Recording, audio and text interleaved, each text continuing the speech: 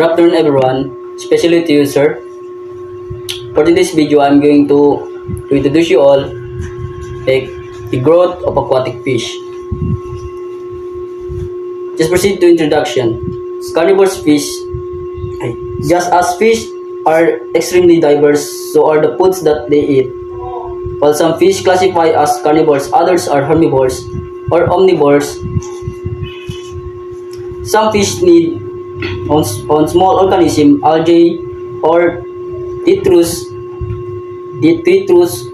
while others only go after larger prey, such as other fish.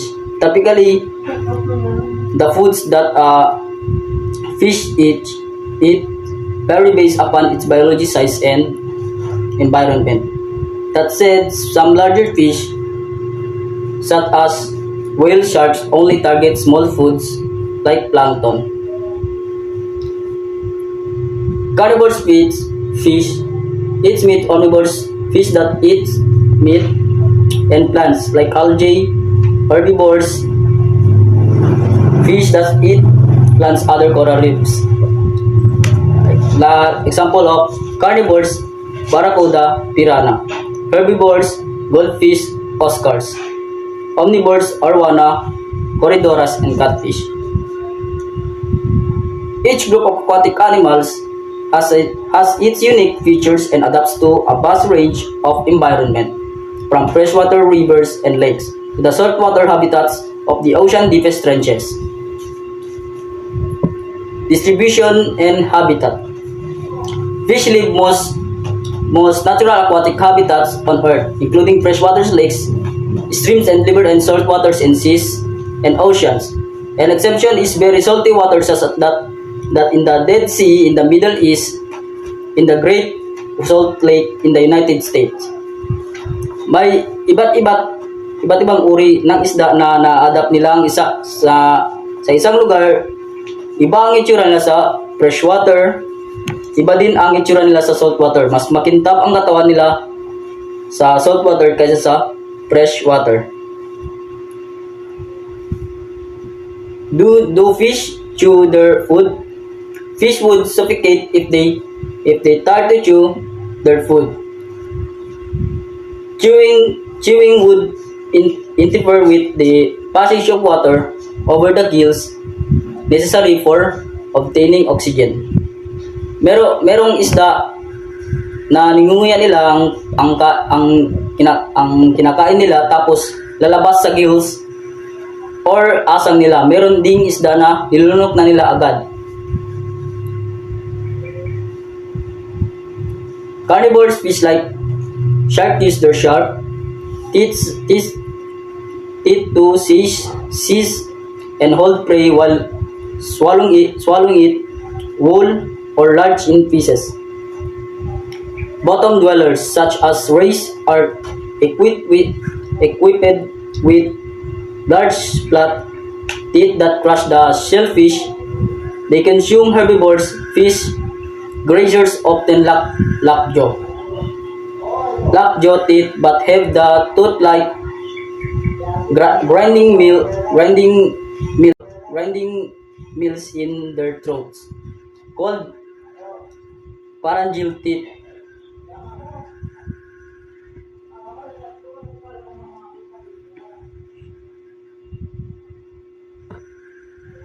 Yung contribution nila sa isang lugar like para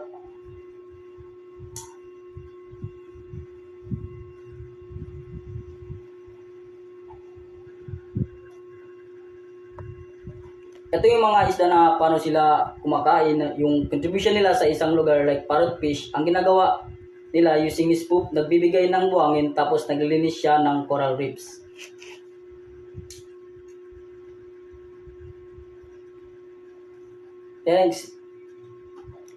Example ng mga isda, paano sila kumakain like shark, gamit ang kanilang mga ngipin, kaya nila lunugin ang mga malalaking mga meat katulad na malalaking isda. Diyan naman sa rays, gamit ang kanilang mga flat teeth, kaya nila i-crush ang mga pagkain nila ng ganun na kadali. Then herbivores, hindi nila kaya kumain ng mga meat kasi hindi ganun katulis ang ngipin. Kaya mga plants lang ang kaya nilang kainin.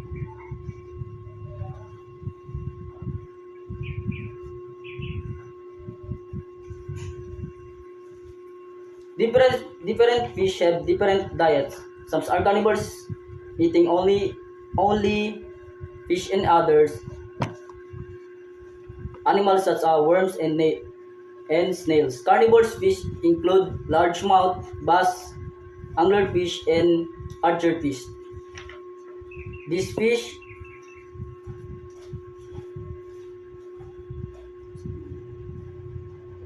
fish may actively hunt prey or wait until the prey comes to them and then snatch it up. Carnivores fish usually bite chunks of their prey and swallow it whole rather than chew. Other fish are herbivores, eating only plants or algae. Example of herbivorous fish includes of the surgeonfish and parrotfish. Most, however, are omnivores, eating both plants and animals. Omnivores include scavengers such as catfish, which are bottom dwellers that feeds on plants, and animals that sink on the ground.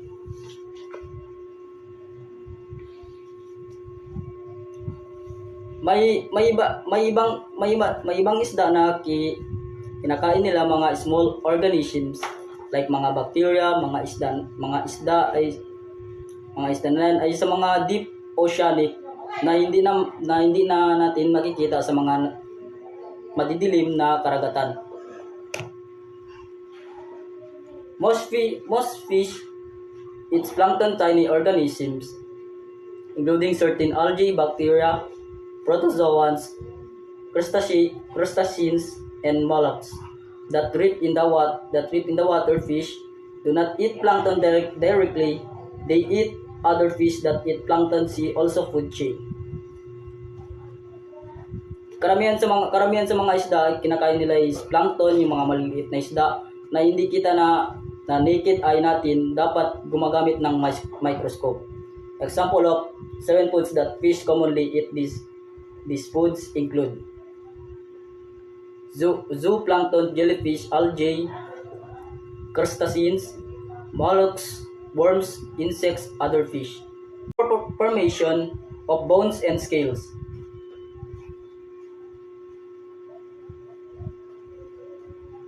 Ang crustaceans ay mga hayop na sa exoskeletons at karamihan sa kanila ay nabubuhay sa aquatic ng kapaligiran. Ang mga ito ay kinabibilangan ng mga uri tulad ng mga hipon, alimasag, talangka at balyena. Ang iba sa kanila ay napakaliit tulad ng sophiopods, abang ang iba naman ay malalaki tulad ng mga alimango. Ang mga crustaceans ay mahalaga sa aquatic ecosystem bilang bahagi ng food chain at marami sa kanila ay kinakain ng mga tao bilang pagkain. Mollusks. The bottom line, shellfish, which can be divided into crustaceans and mollusks, are loaded with lean protein, healthy fats, and micronutrients. They may aid weight loss, boost immunity, and promote brain and heart health.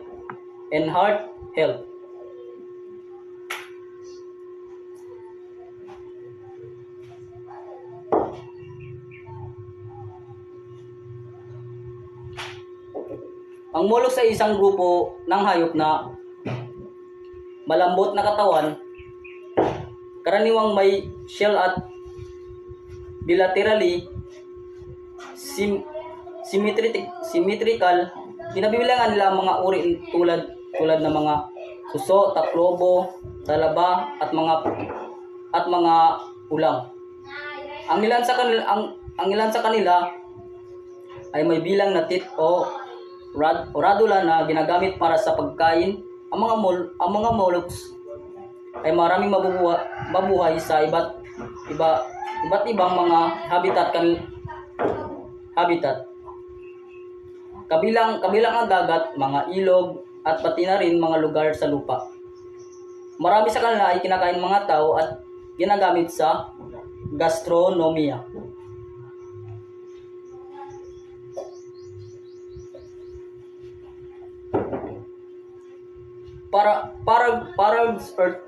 Earthworms can have several benefits for fish, particularly in aquatic ecosystem. Fish can feed on earthworms directly as they are good source of protein and other nutrients. Earthworms can also contribute to overall health of the ecosystem by improving water quality of text.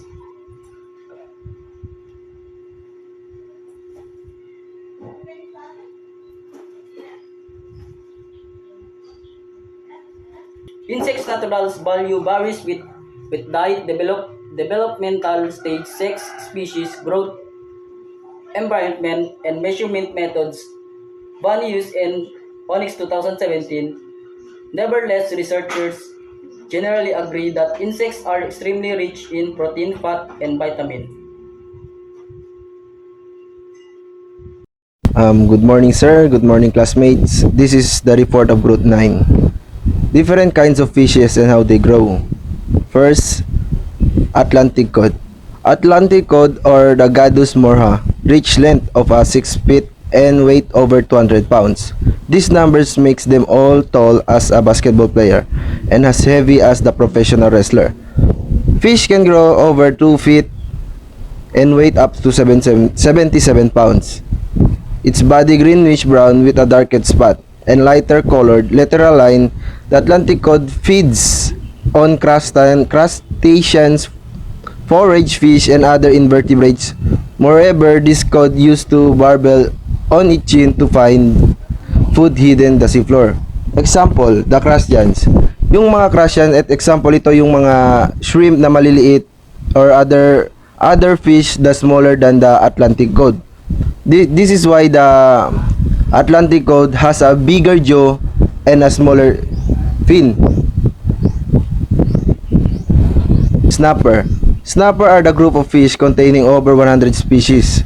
They are large schooling fish found in the saltwater environments. They also tend to congregate around the sunken structure from reef to dock peelings. Snapper tend to have firm, light testing flesh. This has made them a prize commonly in seafood markets around the world. Unfortunately, overfishing has led to several population decline over the years, as such many snapper fisheries and straightly regulated to allow them to rebound. Yung mga snapper fish ay yung mga food nila ay galing sa seafloor or yung sa baba ng ocean reef. Yung mga kinakain nila consider as algae, crustacean, kasi yung mga jaw nila maliliit lang, hindi sobrang laki, hindi sobrang maliit, sakto lang. Next, bullhead. Bullhead are the group of catfish with squared tails. There are several species of bullheads which are closely related to a channel catfish. Most of the time, bullheads don't grow larger than 12 inches. Also known as catfish.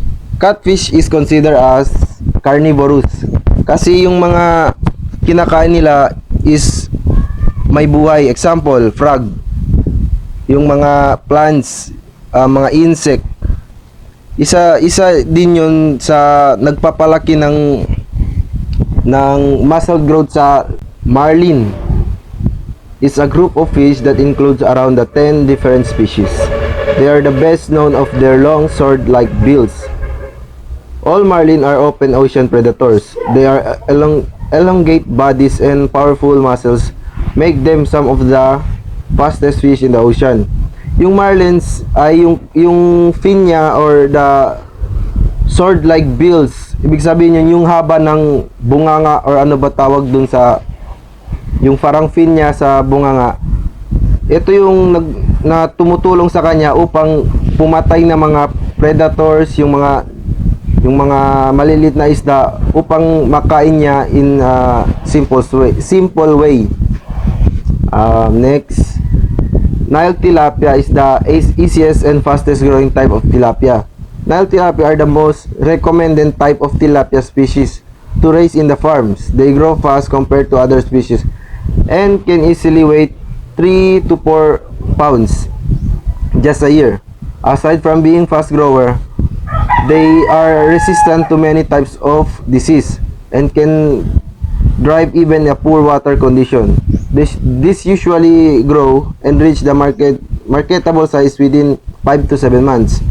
Yung mga tilapia, kumakain sila ng mga worms, consider yung insect, yung mga ano ba tawag, yung parang algae or lumot sa Tagalog. Yung tilapia daw ay mas mabilis lumaki, mas mabilis so yung tawag ba din yung saleable sa market kasi 5 to 7 months pwede na siyang ma-harvest or mahuli dahil yung size niya are estimated na for the market. Catfish grow ito din yung sa catfish. Catfish grow fast in the farms, making them another common choice for growers. Although taking a long time to reach a pounds compared to tilapia, catfish is another good choice to raise on a fish farms. They reach 1 pound within 8 to 10 months, but can be harvested when they reach at least 20 to 200 grams within 3 to 5 months culture.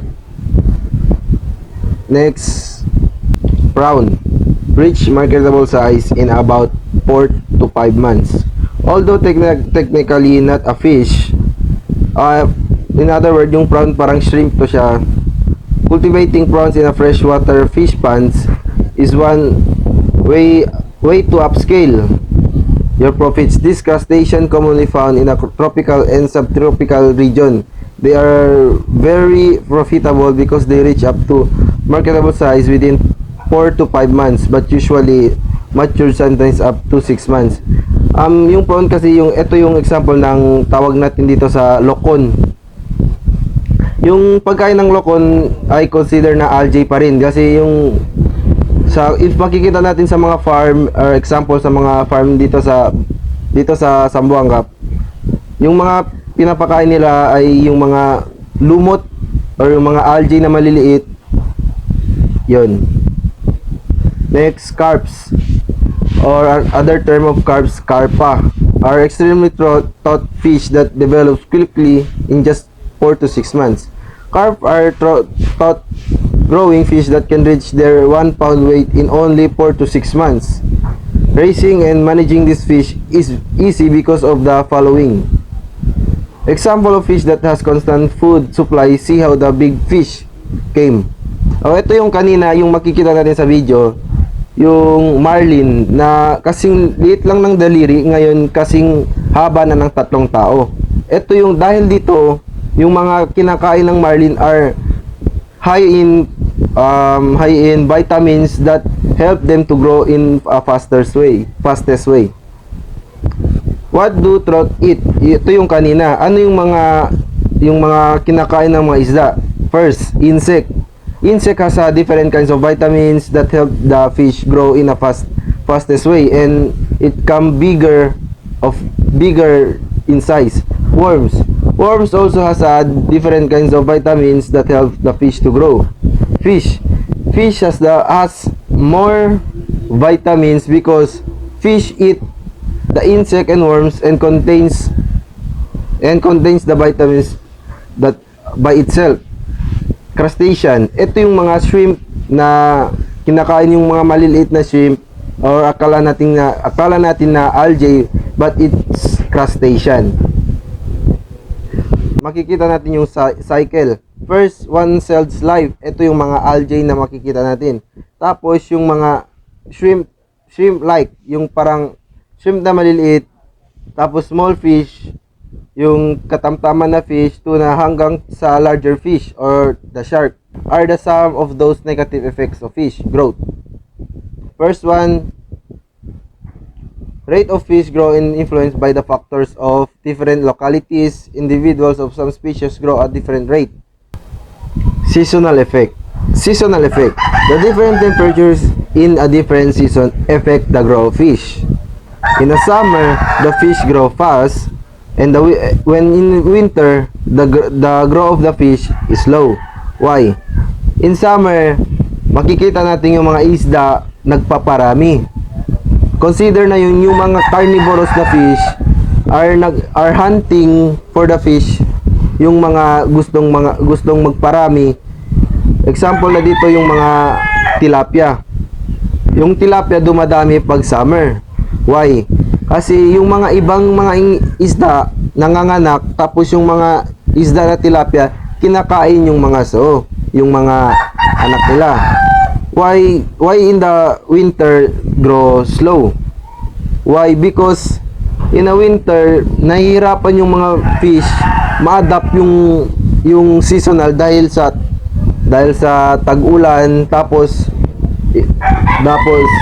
nagkakaroon ng mga flood sa isang farm. Kaya yung mga isda hindi lumalaki sa tamang month, sa tamang size.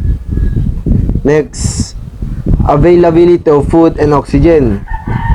Ito yung pinakamahalaga sa pag nagpa-farm ka or sa mga isda.